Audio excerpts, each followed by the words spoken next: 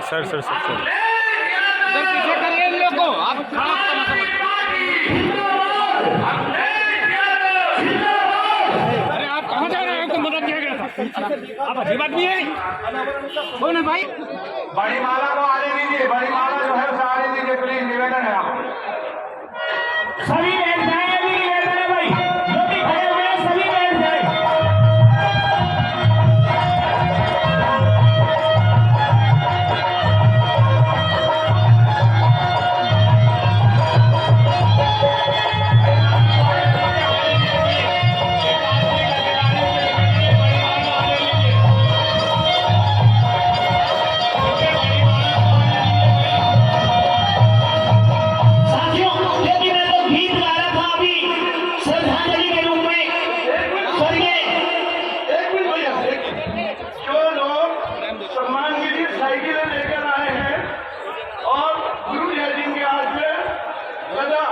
और ये माला है 3-4 लोगों को भेज दो, बाकी सब लोगों के नीचे रख दो, जिनके हाथ में बड़ी माला है और जिनके पास साइकिल है। मैं धन्यवाद देता हूँ कि अपने परिवार के बुजुर्ग की प्रतिमा लगा करके न केवल अपनी यादों से उन्होंने जोड़ा है, बल्कि आने वाली पीढ़ी को भी उन्हें संदेश दिया है कि किस तरीके से सम्मान दिया जाता है। मैं उनको बधाई देता हूं, उनके परिवार के लोगों को, सहयोगियों को, जो इस कार्यक्रम में शामिल होकर के सफल बनाने का काम कर रहे हैं। मैं सबसे पहले यहाँ नोएडा के आए हुए सभी लोगों का धन्यवाद दूंगा।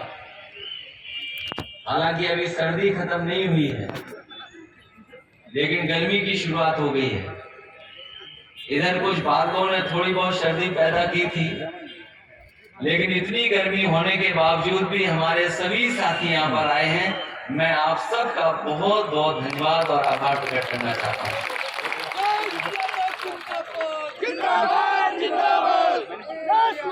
यहाँ पर सांस्कृतिक कार्यक्रम जो कर रहे साथी, उनकी टीम का भी धन्यवाद देता हूँ, जिन्होंने नेताजी के बारे में एक बहुत अच्छा गाना गा करके हम लोगों को सबको नेताजी की याद दिलाई है।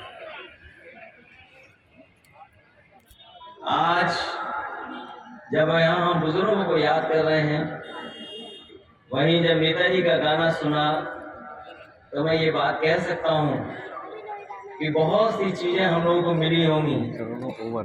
किसी को कुछ मिला, किसी को कुछ देखे जाते हैं पूर्व। न जाने पुराने लोगों ने कितना जोखिम उठाया होगा, न जाने कितने लोगों का कितना त्याग रहा होगा, कई हमारे कार्यकर्ताओं की कुर्बानी रही होगी, बहुत से लोग जेल गए होंगे, तब जाकर के आंदोलन बना है। मैं इस मौके पर अपने सभी समाजवादी साथियों को ये कहूंगा कि इस आंदोलन को जितना आप मजबूत कर सकते हैं उतना मजबूत करना, क्योंकि यही देश का सपना पूरा कर सकता है, इसके अलावा कोई दूसरा रास्ता नहीं। मैं विधानसभा का सत्र छोड़ करके आया हूं और आपने प्रदेश के गवर्नर, उनका भी भाषण सुना होगा जो सरकार लिख करके देती है, और बजट भी आपने पढ़ लिया और सुन लिया उसके बारे में। ये भारतीय जनता पार्टी के लोग न जाने कहां से रट करके आ गए 1 ट्रिलियन डॉलर इकोनॉमी। ये 1 ट्रिलियन डॉलर इकोनॉमी जो रटी है इन्होंने, और हमारे उत्तर प्रदेश के मुख्यमंत्री से लेकर के मंत्री, इन किसी से पूछे कि 1 ट्रिलियन डॉलर इकोनॉमी, तो कहेंगे हम 1 ट्रिलियन डॉलर की इकोनॉमी बनाने जा रहे हैं। इन्होंने अपने बड़े बड़े नेता, बड़े बड़े मंत्री दुनिया के जाने किस किस देश भेजे थे। अमेरिका में भेजे, ब्राजील, मैक्सिको, अर्जेंटीना, यूरोप के कई देशों में, जापान। हमें लगा कि वो कुछ लेने गए थे, अभी जानकारी हासिल हुई है न कुछ वो लेने गए थे न कुछ उन्हें मिला है। वो केवल निमंत्रण देने गए थे कि हमारा निमंत्रण है, आप आ जाना। और जो ये एमओयू दिखाई दे रहे हैं आपको, ये एमओयू ऐसे कर लिए जैसे पता नहीं कहां से एमओयू बड़े बड़े हुए हैं इनके। और सच्चाई तो ये है कि बीजेपी के लोगों ने अगर किसी को कोर्ट सूट पहने या टाई लगा के देख लिया, उसी से एमओयू करा लिया। आप जानकारी करना। और मुझे खुशी है इस बात की, मंच पे भी कोई ऐसा नहीं है, मंच पे भी कोई ऐसा नहीं जिससे एमओयू करा पाए, और हमें जनता में भी कोई नहीं दिखाई दे रहा जिससे एमओयू करा पाए। लेकिन कुछ साथी हमें सरकारी दिखाई दे रहे हैं जो कोट पहन करके आए। ये तो भाई बच के जाना नहीं, बीजेपी वाले मिल गए तो एक एमओयू लाएंगे और आपसे भी दस्तखत करा लेंगे। बोले आप भी इन्वेस्ट कर दो कुछ यहाँ पर। बताओ, $1 ट्रिलियन की इकोनॉमी का सपना देख रहे हो, और आज जो ग्रोथ है उत्तर प्रदेश की, कोई ग्रोथ नहीं है उत्तर प्रदेश की, क्योंकि किसान को जो मिलना चाहिए था वो मिला नहीं।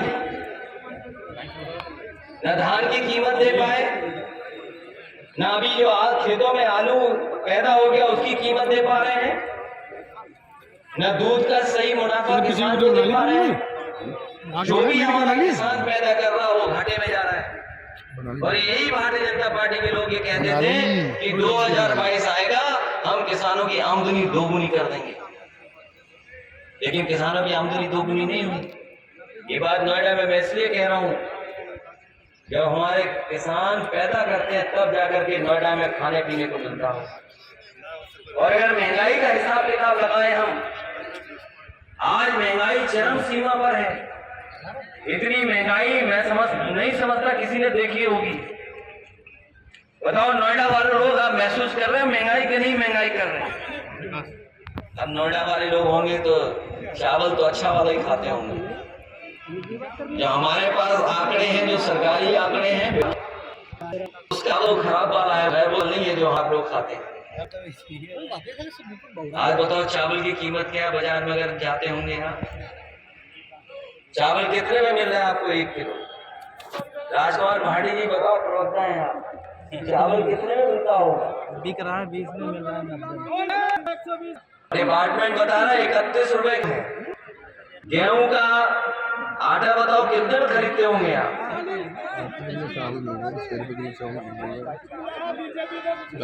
आटा कितना महंगा हो गया, और कितने खरीद रहे हैं? तूर दाल, अरहर दाल कितने रुपए की हो गई? 100 रुपये पे पार है कि नहीं है? ये सरकार वाले बता रहे हैं कि 100 रुपए की आ रही है। उड़द दाल कितने रुपए की है 1 किलो? 120। आपकी मूंग दाल कितने की है? मसूर दाल कितने की है? और जो मूंगफली का तेल है खाने वाला, वो क्या ऐसा बिक रहा है? वो कोई खरीद नहीं पा रहा है। वो सरसों का तेल सरसों का तेल क्या हिसाब है? वनस्पति पेट क्या हिसाब है? सोयाबीन का तेल क्या हिसाब है? सनफ्लावर का तेल क्या हिसाब है? आजकल पाम ऑयल मिल रहा है, और याद रखना ये जो पाम ऑयल है गलत फहमी मत रहना। अगर पाम ऑयल लोगे तो हो सकता है बीमार हो जाओ। जो लोग पाम ऑयल का प्रचार करते थे, कई लोग बीमार हो गए। और पाम ऑयल पाओगे तो सबसे ज्यादा किसका पाओगे? जो दुनिया में 2 नंबर था, आजकल नंबर ही नहीं पता कहां पहुंच गया वो नंबर। अरे गलत नाम ना दे बेटा। और आलू क्या हिसाब है? टमाटर क्या हिसाब है? चीनी क्या हिसाब मिल रही है? और पूरे वेस्टर्न उत्तर प्रदेश या पूरे उत्तर प्रदेश में अभी भी किसानों की गन्ने का बकाया है। अभी भी सरकार ये गन्ने के बकाये को पैसा नहीं दे पा रही है। आप में से जितने लोग होंगे, कुछ लोगों को छोड़ करके सब लोग दूध खरीदते होंगे। बताओ 1 लीटर दूध कितने का मिल रहा है आज? 32 खरीदती है। और अभी कुछ दिन पहले आपने अखबार पढ़ा होगा कि अमूल ने 3 रुपए बढ़ा दिए, और 3 रुपए अमूल ने बढ़ाए, वैसे ही सभी कंपनियां जितनी थी उन्होंने अपने दूध की कीमत बढ़ा दी। बताओ आज 1 लीटर दूध कितने रुपए का बिक रहा है? और आप में से कम ही लोग होंगे जो उठ करके चाय नहीं पीते होंगे। बताओ आप चाय पीते हो कि नहीं पीते हो उठकर? चाय की पत्ती कितनी महंगी हो गई। ये भारतीय जनता पार्टी के लोगों के लिए ये जरूरत की चीजें, खाने पीने की चीजों का कोई मुद्दा नहीं है। इनका मुद्दा है $1 ट्रिलियन इकोनॉमी। मैं इनसे जानना चाहता हूं कि ये जो सपना दिखा रहे $1 ट्रिलियन इकोनॉमी का, कहीं वही सपना तो नहीं है जैसे आपको मित्र को सपना दिखाया था? कि मित्र कहां पहुंच गए थे? नंबर 2 पर। और आज भारतीय जनता पार्टी के मित्र कहां पहुंच गए हैं? कोई गिनती में है क्या? नहीं है। आप कभी हिसाब किताब लगाना, कितने पैसे का नुकसान हुआ है। हम और आप उतने पैसे की गिनती नहीं कर सकते हैं जितना नुकसान हुआ है। हम तो उत्तर प्रदेश की सरकार से कहेंगे कि दिल्ली वाले नहीं उनको जेल भेज रहे हैं। याद कीजिए, आपको एक समय पर एक बिजली विभाग में अधिकारी ने कर्मचारियों के प्रोविडेंट फंड को एक प्राइवेट कंपनी में पैसा लगा दिया। वो प्राइवेट कंपनी डूब गई। उसके बाद उत्तर प्रदेश की सरकार ने उन अधिकारियों को जेल भेज दिया। आज मैं जानना चाहता हूं, LIC, state bank of India, जिसका पैसा लगा था, वो कंपनी के लोग जेल जाएंगे कि नहीं जाएंगे? अगर उत्तर प्रदेश की सरकार उन्हें जेल भेज सकती है तो दिल्ली वाले क्यों नहीं जेल भेज रहे हैं? और अगर दिल्ली वाले नहीं जेल भेज रहे हैं तो कम से कम उत्तर प्रदेश वालों को दिल्ली वालों की ना सुन करके उन्हें जेल भेज देना चाहिए। इसका कोई जवाब नहीं है उनके पास। बताओ, कोई जवाब है कि नहीं? ये पैसा उनका नहीं गया है, ये पैसा आम जनता का जो जमा था वही गया है। इसलिए मैं आपको यहां सावधान करने भी आया हूं। ये बीजेपी के लोग विकास नहीं कर सकते हैं, ये केवल धोखा दे सकते हैं। आज अगर दिल्ली को नोएडा से किसी ने जोड़ा मेट्रो से, तो वो समाजवादियों की देन थी, ये भारतीय जनता पार्टी ने नहीं की जोड़ा। ये जो नोएडा चल करके आती है दिल्ली से मेट्रो, जिसका कभी प्रधानमंत्री जी ने उद्घाटन किया था, ये बीजेपी की देन नहीं है, ये समाजवादियों की देन है। लेकिन उद्घाटन करने वाले उद्घाटन कर गए, हम लोग सरकार से बाहर हो गए। यहीं बगल में सैमसंग का प्लांट है। ये जो इन्वेस्टमेंट लाने वाले लोग हैं, कम से कम समाजवादियों से सीखें कि इन्वेस्टमेंट कैसे लाया जाता है। समाजवादियों की सरकार बनी होती तो केवल सैमसंग आया है। दुनिया की जितनी भी कंपनियां थी मोबाइल बनाने की, कुछ आ गई थी, कुछ और आ जाती। समाजवादियों ने ऐसी पॉलिसी बना करके दी। इसलिए आज इस मौके पर मैं आप सबका धन्यवाद देता हूं और बधाई देता हूं इस कार्यक्रम के लिए। साथ ही साथ एक नया सवाल उठा है जाति जनगणना का। हम समाजवादी लोग उसके पक्ष में हैं। अगर बीजेपी पक्ष में नहीं है तो देश के प्रधानमंत्री जी और उत्तर प्रदेश के मुख्यमंत्री आए और कहें कि हम इसके पक्ष में नहीं हैं। हम लोग किसी भी छोटे नेता और छठभैया नेता की बात नहीं मानेंगे। ये बीजेपी जानबूझ करके उनको आगे कर रही है। उनकी चाल को भी हम समझते हैं कि क्यों उनको आगे किया जा रहा है। ये देश का और पूरे के पूरे हमारे देश की जनता का सवाल है। इन्हें समाजवादी पार्टी के लोग लगातार जाति जनगणना के लिए कहते रहेंगे। इस सवाल को नेताजी ने भी उठाया, शरद यादव जी ने भी उठाया, देश के जितने भी दक्षिण भारत के बड़े बड़े नेता थे उन्होंने उठाया। वो देश के नेता चाहते हैं कि जनगणना हो, जाति जनगणना हो। और फिर बीजेपी के लोग तो ये नारा देते हैं सबका साथ सबका विकास और सबका विश्वास। जब तक हम आबादी के लोग गिने नहीं जाएंगे कौन कितनी जाति का है, तब तक मैं नहीं समझता हूं कि सबका साथ सबका विकास संभव है। इसलिए समाजवादी लोग लगातार इसकी मांग करते रहेंगे और जब कभी हमें सत्ता में मौका मिलेगा तो जाति जनगणना करा करके हम समाज को जोड़ करके उनको हर योजना में शामिल कर करके उनका हक और सम्मान देने का काम करेंगे। इन्हीं शब्दों के साथ हम प्रवीण का और उनके सहयोगी साथियों का बहुत बहुत बधाई देते हैं। अपने पूर्वजों को जो याद कर रहे हैं, अपने प्रतिमा लगाई, अपने परिवार को सम्मान देने का काम किया। मैं आपका बहुत बहुत बधाई और धन्यवाद देता हूँ।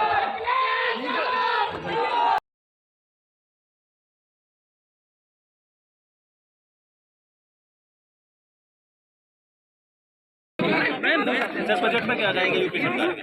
भारतीय जनता पार्टी लगातार ये रट रही है और न केवल खुद रट रही है, अखबारों के माध्यम से, बड़े बड़े विज्ञापनों के माध्यम से ये सपना दिखाया जा रहा है कि ये $1 ट्रिलियन इकोनॉमी को उत्तर प्रदेश का बना देंगे। पहले भारतीय जनता पार्टी ये बताए कि जिन्होंने ये वादा किया था कि 2022 तक किसानों की आमदनी दुगनी हो जाएगी। महंगाई तो बढ़ा दी लेकिन आमदनी दुगनी नहीं की। और $1 ट्रिलियन इकोनॉमी के लिए उत्तर प्रदेश की ग्रोथ रेट क्या होगी?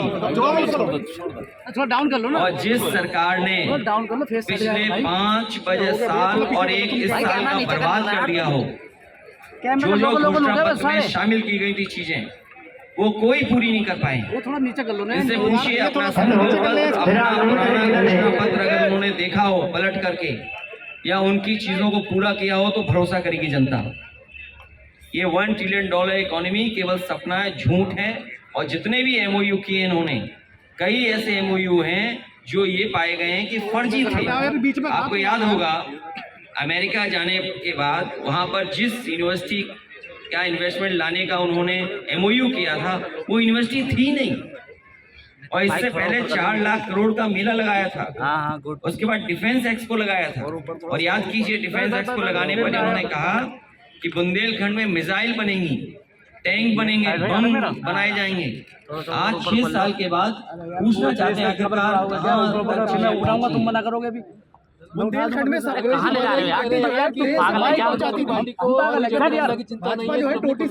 समाजवादी पार्टी को बहुत चिंता है कि जाति जनगणना हो और उनसे कहिए कि अपनी असिस्टेंट गिरी छोड़ें। ये सवाल मुख्यमंत्री जी का है, सवाल मुख्यमंत्री जी से पूछा गया है। वो अपने विभाग का बजट तक नहीं बढ़ा सकते। जो मंत्री अपने विभाग का बजट न बढ़वा पाए, बड़े विभाग से छोटा पहुंच जाए, जनता ने जिसको नकार दिया हो, वो क्या जवाब देंगे? और उनकी हैसियत थोड़ी है कि जाति जनगणना करा लेंगे। ये तो मुख्यमंत्री जी करा सकते हैं, प्रधानमंत्री जी करा सकते हैं, इसलिए उनकी बात का कोई मतलब नहीं है। सर, कानून व्यवस्था पे क्या कहेंगे उत्तर प्रदेश? कानून व्यवस्था आपने देखा नहीं। सरकार को याद रखना चाहिए कि बुलडोजर में दिमाग नहीं होता है। ये जो बुलडोजर लेकर के घूम रहे हैं, ये बुलडोजर से जिस तरीके से माँ और बेटी की हत्या हुई है, अगर कोई दोषी है उसके लिए तो भारतीय जनता पार्टी है। एक ब्राह्मण परिवार के बेटे को जब वो न्याय मांगने गया, उसको नंगा कर दिया। आप कल्पना कर सकते हैं आज के समय पर कोई न्याय मांगने जाए और पुलिस उसको नंगा कर दे, और मुख्यमंत्री और सरकार पूरी बैठी देख रही हो, अधिकारियों के खिलाफ कोई कार्रवाई न हो पाई। और आज तो खबर आई है कि पुलिस एक व्यापारी पे पैसा लूट रही थी। क्या आप कल्पना करेंगे कि माँ बेटी को जला दिया जाए और प्रशासन देख रहा हो? ये है लॉ एंड ऑर्डर। और NCRB के आंकड़े बताते हैं कि सबसे अनसेफ अगर कोई स्टेट महिलाओं के लिए, बेटियों के लिए है तो उत्तर प्रदेश। नोएडा में और पूरे प्रदेश में बीजेपी करे ये जो नोएडा में फ्लैट बनाने वाली बात हुई थी कि फ्लैट बना देंगे, कितने फ्लैट बना करके दे दिए। नोएडा के लोग जानते होंगे कितनी आमदनी उनकी बढ़ गई। आमदनी बढ़ी नहीं, महंगाई बढ़ गई। क्या इसका जवाब है भारतीय जनता पार्टी? लास्ट सवाल सर, गेट नोएडा वेस्ट और नोएडा के बिल्डर जो निवासी हैं, बिल्डर को लेके बहुत ज्यादा उनकी अनतानी ये मुख्यमंत्री जी यहाँ खुद आए थे और आश्वासन देके गए थे कि सभी की रजिस्ट्रियां हो जाएंगी, लेकिन अभी भी फ्लैट खाली हैं, न फ्लैट बन पा रहे हैं। ये सरकार न जाने क्या कर रही है। रामदेव जी मेट्रो में सफर कर रहे हैं लखनऊ के अंदर। अच्छा है, बाबा रामदेव जी सफर किए और बाबा जी को हमारा प्रणाम। उन्हें कम से कम समाजवादियों का उन्होंने काम तो देख लिया। डिप्टी सीएम कह रहे हैं कि बुंदेलखंड में पानी जो है सर वो टैंकर से पहुंचाती थी समाजवादी पार्टी, और भाजपा जो है वो टोटी से पहुंचा रही है। ये भारतीय जनता पार्टी क्या बोलने लगे इसका कोई भरोसा नहीं। कोई बात हम ऐसी बोल देंगे। अभी नेहा राठौर ने गाना गाया ना, यूपी में ताबा, क्या हुआ फिर उसके साथ? एक नोटिस दे दिया था। सोचिए आप, अगर आप भी सच्चाई दिखाने लगोगे तो आपको भी नोटिस मिलेगी। ये नोएडा पुलिस उठा के ले जाएगी आप। अध्यक्ष जी, नोएडा पुलिस के आगे अपराधी कह रहे हैं अब नोएडा नहीं आऊंगा, छोड़ के जा रहे हैं। इनकाउंटर जिस प्रकार से हो रहे ये फर्जी इनकाउंटर है और आप देखना बहुत सारे पुलिस के अधिकारी जेल जाएंगे समय आने पर।